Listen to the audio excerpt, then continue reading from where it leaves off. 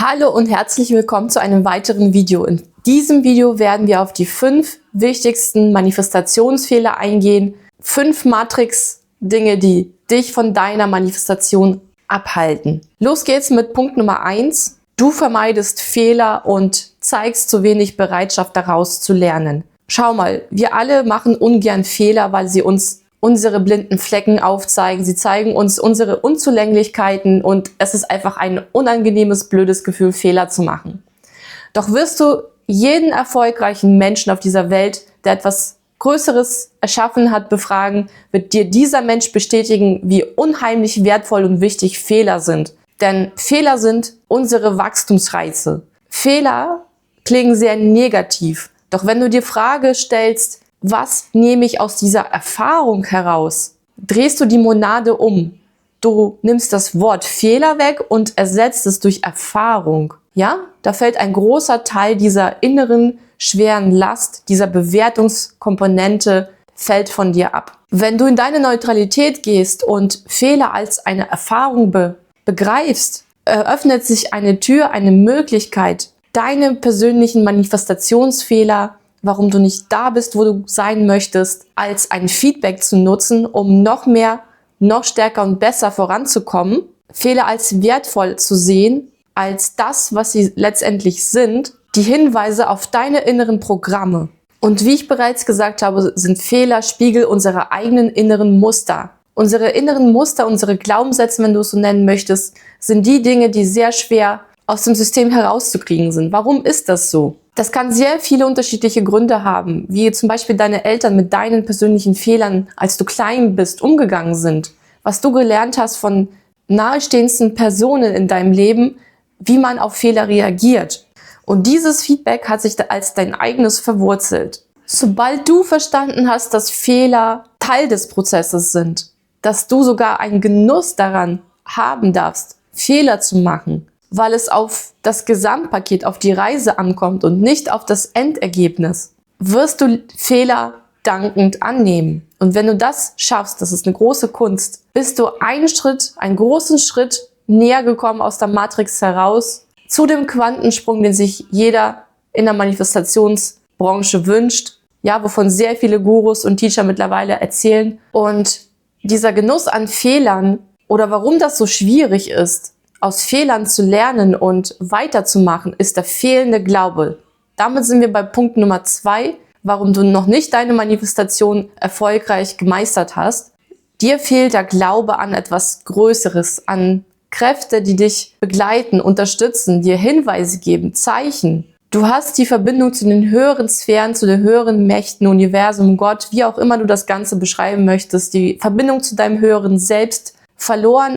Oder es fällt dir sehr schwer, dich daran zu erinnern, dass es diese Connection gibt, diese immanente Kraft, die auch in dir wohnt. Sie ist nicht nur irgendwo da außen im Universum, in Galaxien oder sonst wo, sie ist in dir drinne und wartet darauf, aktiviert zu werden. Und wenn dir daran der Glaube fehlt, fehlt dir der Glaube an deinen eigenen persönlichen Ursprung, dann wirst du tausende Beispiele von Magien im Alltag von anderen Menschen, von schnellen Manifestationen und Erfolg etwas lesen, hören, sehen, jedoch nicht für dich selbst akzeptieren und glauben, dass du das selber erreichen kannst, weil dir dieser Glaube fehlt, dass du es auch schaffen kannst. Dass in dir drin, und das ist wirklich so, in jedem von uns steckt so viel Power drin, das kannst du dir gar nicht vorstellen, die darauf wartet, von dir freigelegt zu werden. Und die ganzen Manifestationen, all das ist ein Spiel, es ist eine Spielwiese, Matrixwiese, wenn du es so bezeichnen möchtest.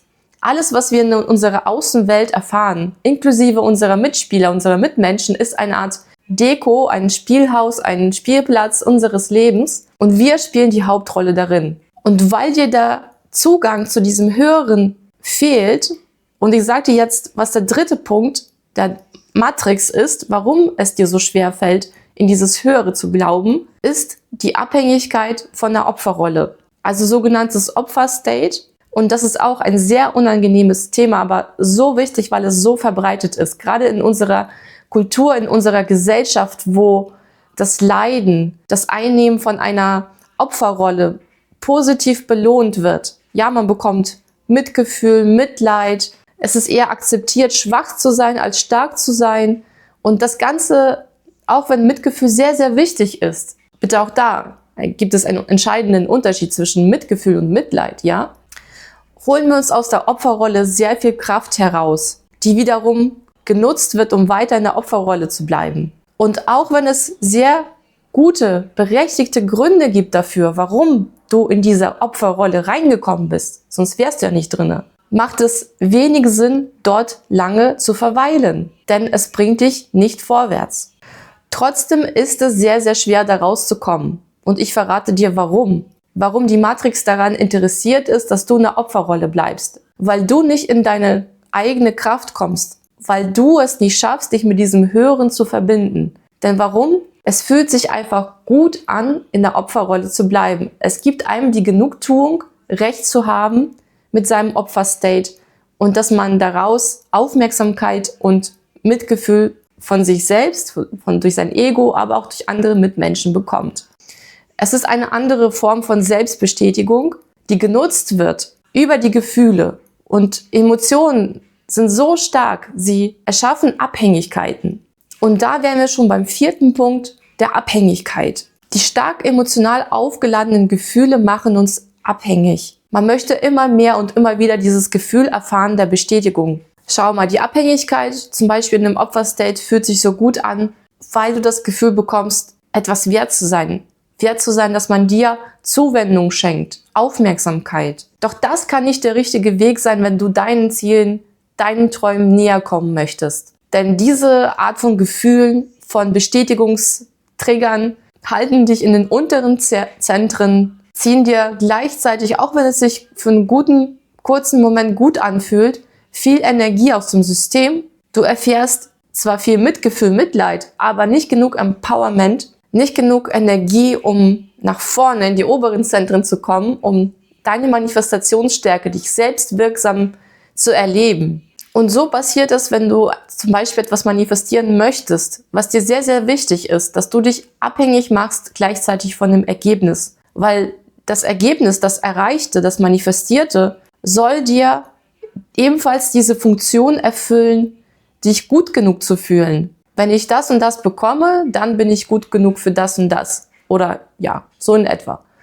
Und genauso andersrum, wenn ich das und das nicht bekomme, dann bekomme ich die Bestätigung, dass ich nicht gut genug bin, um das und das zu bekommen. Verstehst du, was ich meine? Und damit wären wir beim letzten Punkt, warum es so schwer ist, aus der Matrix herauszukommen. Punkt Nummer 5, den du beachten solltest, wenn du dabei bist, etwas erfolgreich zu manifestieren, ist das Recht haben. Denn für viele Menschen ist es wichtiger, über etwas Recht zu haben, Recht zu behalten, als etwas wirklich das, was sie vom Herzen wünschen, zu erreichen. Was meine ich damit? Ich mache dir jetzt ein konkretes Beispiel. Du hast dich mit deinem Freund, deiner Freundin gestritten. Und obwohl du sehr gute, plausible Gründe hast, warum es zu dem Streit gekommen ist, warum du negativ bist, weil du sauer bist, du bist ja am Explodieren und du bist in Ablehnung und wartest darauf, dass der andere sich entschuldigt, auf dich zugeht, wird dir klar, dass dir wichtiger ist, im Recht zu sein, Recht zu behalten, auf deinen Standpunkt zu beharren, als nach einer gemeinsamen Lösung zu suchen, warum es zu diesem Streit gekommen ist. Und auch wenn du ganz klar das Recht, also moralische Zusprache hast, warum der andere sich bei dir entschuldigen sollte und warum du eigentlich gar keinen Anteil daran hast an diesem Streit, bist du in diesen Streit verwickelt. Das heißt, du hast wohl Anteil daran und es wäre sehr ratsam, wenn du dann das Ganze aus einer anderen Perspektive schaust, dass du die Matrix austrickst und die Position einnimmst, hey, schau mal, ich übernehme Verantwortung für mein Tun, für meine Manifestation, denn ich bin ein Teil von diesem Streit. Du warst ja nicht passiv dabei, du hast irgendwie in irgendeiner Art und Weise mitgemacht und sei es, dass du dir diesen Streit angezogen hast und dir ein Thema gespiegelt wurde in diesem Streit, was dich getriggert hat und diese heftige Reaktion zum Beispiel ausgelöst hat. Schau, was dir da wichtiger ist. Die Situation so zu lösen, dass sie nie wiederkommt, indem du die Monade wieder drehst und sagst, okay, wofür ist das? Nicht, warum ist das passiert? Warum behandelt der andere mich so schlecht? Wie auch immer, sondern dass du dich fragst, wofür ist das Ganze? Was soll mir die Situation spiegeln? Was zeigt es mir auf über mich, wie ich gerade behandelt werde. Es löst dich davon von diesem rechthaberischen, ich habe Recht, der andere sollte sich bei mir entschuldigen und damit ist das Thema gegessen, ja? Es fühlt sich gut an, Recht zu haben. Und du wirst auch deine Punkte haben, die auf jeden Fall Zustimmung bedürfen. Doch schau immer, was dir wichtiger ist, Recht zu haben oder ist es dir wichtiger, das zu erreichen, was du wirklich haben möchtest. Lösen wir uns vom Thema Beziehung, Streit, wie auch immer, zu einem ganz anderen Thema, um dir nochmal das Ganze und die Wichtigkeit davon zu verdeutlichen. Und dann fasse ich dir das alles, all die 5 Punkte prägnant in einem Beispiel zusammen. Das Beispiel ist jetzt einfach aus der Luft gegriffen und ja, soll einfach nur das verdeutlichen, was ich jetzt in 5 Punkten gesagt habe. Angenommen, du möchtest eine Führungskraft werden in einem großen Unternehmen. Du bringst gewisse Skills mit, die in diesem Unternehmen gefragt sind.